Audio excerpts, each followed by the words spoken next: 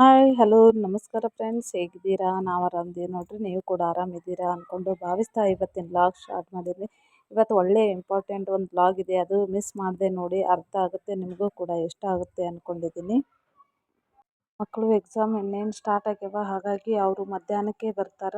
ಮಧ್ಯಾಹ್ನ ಊಟಕ್ಕೆ ಅನ್ನ ಸಾಂಬಾರು ಮಾಡಿದ್ರೆ ಆಯ್ತು ಅಂದ್ಬಿಟ್ಟು ಇವತ್ತು ಮಧ್ಯಾಹ್ನ ಊಟಕ್ಕೆ ಅನ್ನ ಸಾಂಬಾರು ಮಾಡ್ತಾ ಇದ್ದೀನಿ. ಈಗ ಇವತ್ತು ಎಕ್ಸಾಮ್ ಬದಾವ. ಫಸ್ಟ್ ಇಯರ್ ಎಕ್ಸಾಮ್ ಮುಗೀತು, ನನ್ನ ಮಗಂದು ರಿಸಲ್ಟ್ ಕೂಡ ಬಂತು. ಈಗ ಸೆಕೆಂಡ್ ಇಯರ್ ಮತ್ತು ಒಂದು ಕಾಲೇಜ್ ಸ್ಟಾರ್ಟ್ ಆಗಿದೆ ಫ್ರೆಂಡ್ಸ್. ಹಾಗಾಗಿ ಇವತ್ತಿನ ರೂಟೀನ್ ನೋಡೋಣ. ಮನಸ್ಸಿಗೆ ಏನೋ ಒಂಥರ ತುಂಬಾ ಬೇಜಾರಾಗಿಬಿಟ್ಟಿತ್ತು. ಹಾಗಾಗಿ ಸುಮ್ಮನೆ ಯೋಚನೆ ಮಾಡ್ಕೊಂಡು ನಾವೆಲ್ಲ ಏನೋ ಅಂದ್ಕೊಂಡಿರ್ತೀವಿ, ಏನೋ ಅಂದ್ಕೊಂಡು ಮಾಡಿರ್ತೀವಿ. ಆ ಥರ ಆದಾಗ ಯಾರಿಗೇ ಆಗಲಿ ಸ್ವಲ್ಪ ಬೇಜಾರನ್ನೇ ಆಗುತ್ತೆ ಅಂತಲೇ ಹೇಳ್ಬೋದು. ಯಾಕಂದರೆ ನಾನು ಒಂದು ಬೆಳಿಬೇಕು, ನಾನು ಒಂದು ಚೆನ್ನಾಗಿ ಮಾಡಬೇಕು ಅನ್ನೋ ಒಂದು ಭಾವನೆ ಇಟ್ಕೊಂಡು ಯೂಟ್ಯೂಬ್ ಮಾಡಿದ್ದೀನಿ. ಯಾಕೋ ಏನೋ ಇತ್ತೀಚೆಗೆ ವ್ಯೂಸೂ ಕಡಿಮೆ ಬರ್ತಾಯಿದೆ, ಅದು ಒಂದು ಟೆನ್ಷನು. ತುಂಬಾ ಬೇಜಾರಾಗ್ತಾಯಿದೆ, ಯಾಕೋ ಏನೋ ಗೊತ್ತಿಲ್ಲ. ಹಾಗೆ ಅದು ವಿಚಾರ ಮಾಡ್ಕೊತ ಕುಂತಿದ್ದೆ. ಹಾಗೆ ಫ್ರೆಂಡ್ಸ್, ದಯವಿಟ್ಟು ಪ್ರತಿಯೊಬ್ಬರು ವಿಡಿಯೋಸ್ ನೋಡಿ ಸಪೋರ್ಟ್ ಮಾಡಿ ಅಂತ ನಿಮ್ಮಲ್ಲಿ ಕೇಳ್ಕೊಳ್ತಾ ಇದ್ದೀನಿ. ಹಾಗೆ ಫಸ್ಟ್ ಟೈಮ್ ನೋಡ್ತಾ ಇದ್ದೆ ಅಂದರೆ ಪ್ಲೀಸ್ ಸಬ್ಸ್ಕ್ರೈಬ್ ಮಾಡ್ಕೊರಿ. ಹಾಗೆ ಬೆಲ್ಲೈಕನ್ನು ಕ್ಲಿಕ್ ಮಾಡಿದರೆ ಪ್ರತಿಯೊಬ್ಬರು ಬೆಲ್ಲೈಕನ್ನು ಕ್ಲಿಕ್ ಮಾಡಿ, ಅಲ್ಲಿ ಆಲ್ ಅಂತ ಆಪ್ಷನ್ ಬರುತ್ತೆ, ಅದು ಪ್ರೆಸ್ ಮಾಡಿದರೆ ಏನಾಗ್ತದೆ, ನಾ ಮಾಡಿರುವ ವಿಡಿಯೋದು ನೋಟಿಫಿಕೇಷನ್ ನಿಮ್ಗೆ ತಕ್ಷಣಕ್ಕೆ ತಲುಪುತ್ತೆ ಫ್ರೆಂಡ್ಸ್. ನನ್ನ ವಿಡಿಯೋಸು ನೋಡ್ಬೋದು.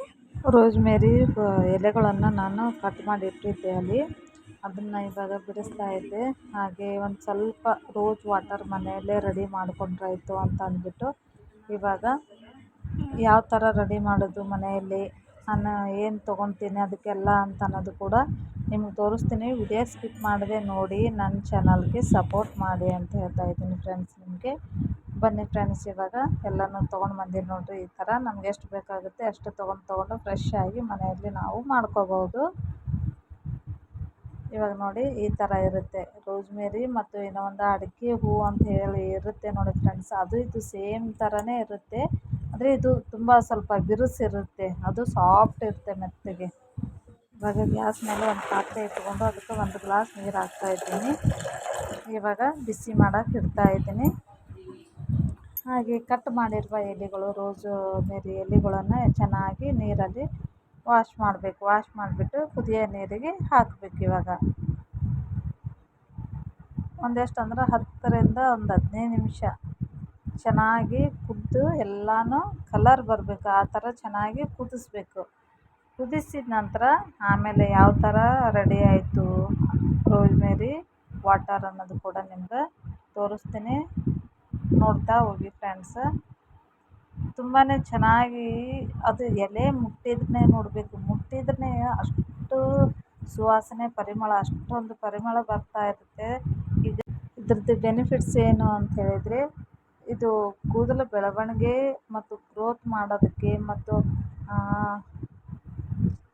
ಅಂದ್ರೆ ಸ್ಮೂತ್ ಆಗೋದಕ್ಕೆ ಮತ್ತು ಲಾಂಗಾಗಿ ಬೆಳೆಯೋದಕ್ಕೆ ತುಂಬಾ ಒಳ್ಳೆಯ ವಾಟರ್ ಅಂತಲೇ ಹೇಳ್ಬೋದು. ಹಾಗೆ ರೋಸ್ಮೇರಿಯಿಂದ ಕೂಡ ಬ್ಲ್ಯಾಕ್ ಹೆಡ್ಸ್ ಏನಿರುತ್ತೆ, ಬಂಗು ಕಲೆ, ಕಪ್ಪು ಕಲೆ ಅಂತ ಹೇಳ್ತೀವಲ್ಲ ಫ್ರೆಂಡ್ಸ್, ಅದಕ್ಕೂ ತುಂಬ ಒಳ್ಳೆಯದೇ ಅಂತ ಹೇಳ್ತಾರೆ ಎಲೆ.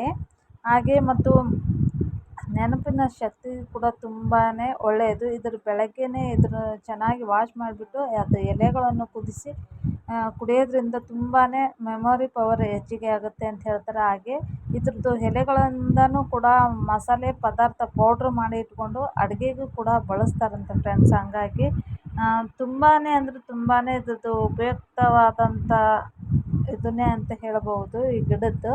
ಹಾಗಾಗಿ ನಿಮಗೂ ಕೂಡ ನಾನು ಎಷ್ಟು ತಿಳ್ಕೊಂಡಿನಿ ಅದನ್ನು ಮಾತ್ರ ನಿಮ್ಗೆ ಹೇಳ್ತಾ ಇದ್ದೀನಿ ಫ್ರೆಂಡ್ಸ. ಈಗ ಬಬಲ್ಸ್ ಬರ್ತಾ ಇದೆ ನೋಡಿರಿ, ಗುಳ್ಳೆಗಳು ಬರ್ತಾ ಇದೆ, ನೀರು ಕುದೀತಾ ಇದ್ದಾವೆ. ಹಾಗೆ ನೋಡ್ತಾ ಹೋಗಿ ಎಷ್ಟು ಚೆನ್ನಾಗಿ ನೀರು ಕಲರ್ ಬಿಡ್ತದಂತ ಹೇಳಿದರೆ ಅಷ್ಟು ಚೆನ್ನಾಗಿ ಪರಿಮಳನೂ ಕೂಡ ಅಷ್ಟೇ ಚೆನ್ನಾಗಿ ಬರ್ತಾ ಇದೆ ನೋಡಿ ಫ್ರೆಂಡ್ಸ್. ಎಷ್ಟು ಚೆನ್ನಾಗಿ ಕುದೀತಾ ಇದೆ ಅಲ್ಲ, ಹಾಗಾಗಿ ಅಷ್ಟೊಂದು ಘಮ ಬರಕತ್ತದ ಅದ್ರದ್ದು ನೋಡಿ ಫ್ರೆಂಡ್ಸ್, ಎಷ್ಟೊಂದು ಕಲರ್ ಬಂದಿದೆ. ಇವಾಗ ಇನ್ನೊಂದು ಸ್ವಲ್ಪ ಕುದಿಸ್ಬಿಟ್ಟು ಅದನ್ನು ಕೆಳಗಡೆ ಇಟ್ಟು ಅದನ್ನು ಶೋಧಿಸ್ತೀನಿ. ಶೋಧಿಸಿದ ನಂತರ ನಿಮಗೆ ತೋರಿಸ್ತೀನಿ ಯಾವ ಥರ ರೆಡಿ ಆಯಿತು ಅನ್ನೋದು. ತುಂಬಾ ಪರಿಮಳ, ಅಷ್ಟೊಂದು ಪರಿಮಳ ಬರಕತ್ತದ ನೋಡಿ. ನೀವು ಒಂದ್ಸಲ ಮನೇಲಿತ್ತು ಅಂದ್ರೆ ಟ್ರೈ ಮಾಡಿ ನೋಡಿ. ಹಾಗೆ ನನಗೆ ಕಾಮೆಂಟ್ಸಲ್ಲಿ ತಿಳಿಸಿ. ನೋಡಿರಿ ಈ ಥರ ಕಲರ್ ಬಂದದ ನೋಡಿರಿ, ಎಷ್ಟೊಂದು ಚೆನ್ನಾಗಿ ಕಲರ್ ಕಾಣಿಸ್ತಾ ಇದೆ. ಸೇಮ್ ಗುಲಾಬಿ ವಾಟ್ರ್ ಅಂತಲೇ ಹೇಳ್ಬೋದು. ಈಗ ನಾನು ಅದನ್ನು ತಗೊಂಡು ತಲೆಗೆ ಸ್ಪ್ರೇ ಮಾಡ್ಕೊತೀನಿ ಅಂದ್ರೆ ಹಚ್ಕೊಳಕತ್ತೀನಿ ನೋಡಿರಿ. ಇವಾಗ ತಲೆಗೆ ಸೀಳಿ ಒಂದೊಂದು ಪಾಟ್ ಮಾಡಿಕೊಂಡು ತಲೆ ಕೂದಲಿಗೆ ಸೀಳ್ತಾ ಹಚ್ಕೊತ ಹೋಗ್ಬೇಕು.